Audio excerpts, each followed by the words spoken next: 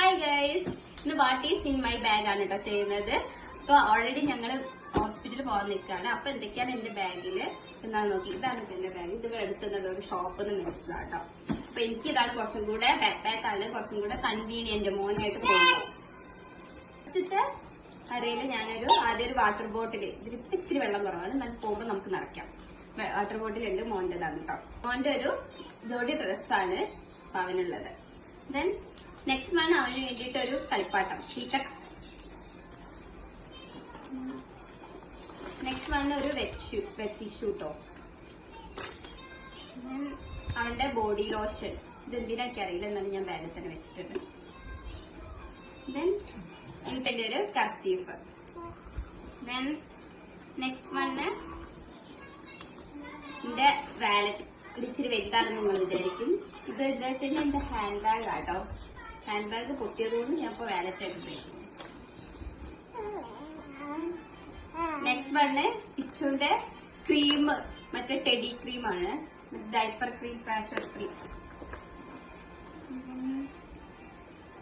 അവന് വേണ്ടി ഒരു തുണി, വൈറ്റ് തുണി ഞാൻ എപ്പോഴും വെക്കാറുണ്ട് കേട്ടോ.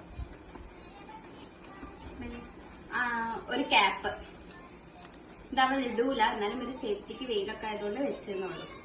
അതെന്ത പിന്നെ എക്സ്ട്രാ ഒരു കാറും കൂടെ വെച്ചിട്ടുണ്ട് കേട്ടോ. ഇത്രയാണ് ആ ബാഗിലുള്ളത്, ആ ഒരു പൗച്ചിലുള്ള. ദെൻ നെക്സ്റ്റ് ഫ്രണ്ടിൽ ആ പൗച്ചില് ഇതേപോലെ കുറെ മരുന്ന് കുട്ടികളുണ്ട്, ബോട്ടിൽസ്, അവന്റെ മരുന്നുകളാണ് മോന്റെ. ദെൻ നെക്സ്റ്റ് വന്ന് കുറച്ച് ചില്ലറ പൈസകളും ഒരു 100 രൂപയും ഉണ്ട്. നമുക്ക് പോകാൻ അത്യാവശ്യത്തിന് കയറി വയ്ക്കുക, പേഴ്സിലുണ്ടാവും. ദെൻ ഒരു എയർബഡ് എന്റേതാണ്, ഇപ്പം കൂടെ ഉണ്ട് കേട്ടോ. ഒരു ചീർക്കൊണ്ട് ഇങ്ങനെ ചെയ്യുന്ന ഭയങ്കര ഇഷ്ടം. മുടിയില്ല എന്നാലും ഇഷ്ടം. ഓക്കെ,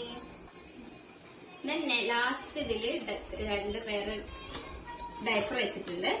ദെൻ ലാസ്റ്റ് വൺ എന്റെ ബോട്ടിൽ. ഇതൊന്നല്ലേ ഇനി എന്റെ അവസ്ഥ. ഹാൻഡ് ബാഗ്, ഈ ഒരു ഹാൻഡ് ബാഗുമായിട്ട് പോകലുണ്ടായിരുന്നത്, ഇപ്പൊ വലിയൊരു ബാഗായിട്ട് പോകേണ്ട ഒരു അവസ്ഥയാണ്. ബൈ വലിച്ചു, ബൈ.